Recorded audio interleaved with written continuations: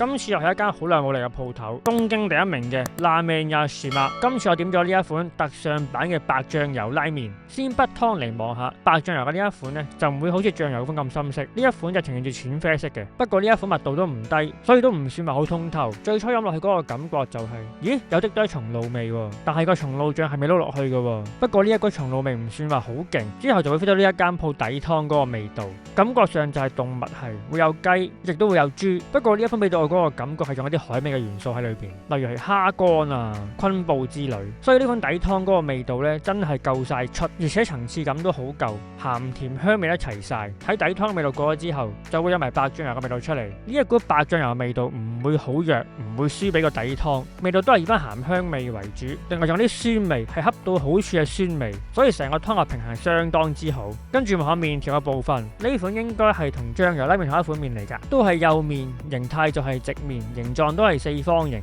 咬落去感覺係真係只會有啲多軟糯嘅感覺，完全唔彈牙。不過啜上嚟感覺都係好順暢，同埋呢款麵嗰個麥味呢都係存在㗎，唔會俾個湯味就蓋過咗。味道上嘅比例大概就係湯6麵4咁上下，先會試到湯嘅味道，跟住慢慢咬幾啖麵就可以試得翻麵條嘅小麥味道，所以兩者係幾平衡。同埋真係夾到個我認為，而白醬油拉麵仲有呢一款松露醬，咁我就係選擇食到中途撈勻佢，食落去嗰個感覺，當然松露味會香咗，但係由於呢一款白醬油湯本身嗰個味咧都唔會好弱，唔會話俾個松露醬嘅味道蓋過晒，所以我認為撈勻晒之後食都係好味。至於特上版嘅配料，第一款應該就係吊燒嘅豬里肌叉燒，呢一款嘅吊燒味係相當之香，不過豬肉嘅香味都會存在，但係就會弱少少。至於肉質方面，呢一款就係鬆軟，完全唔會有攝牙罅嘅感覺。之後第二塊應該就係炆煮嘅豬五花肉叉燒，呢款老煮嘅味道唔算好強，豬肉味都係存在，所以幾平衡嘅兩者係。至於肉質方面，呢一款就唔會乾柴，唔會難咬嘅，不過呢塊就唔特別，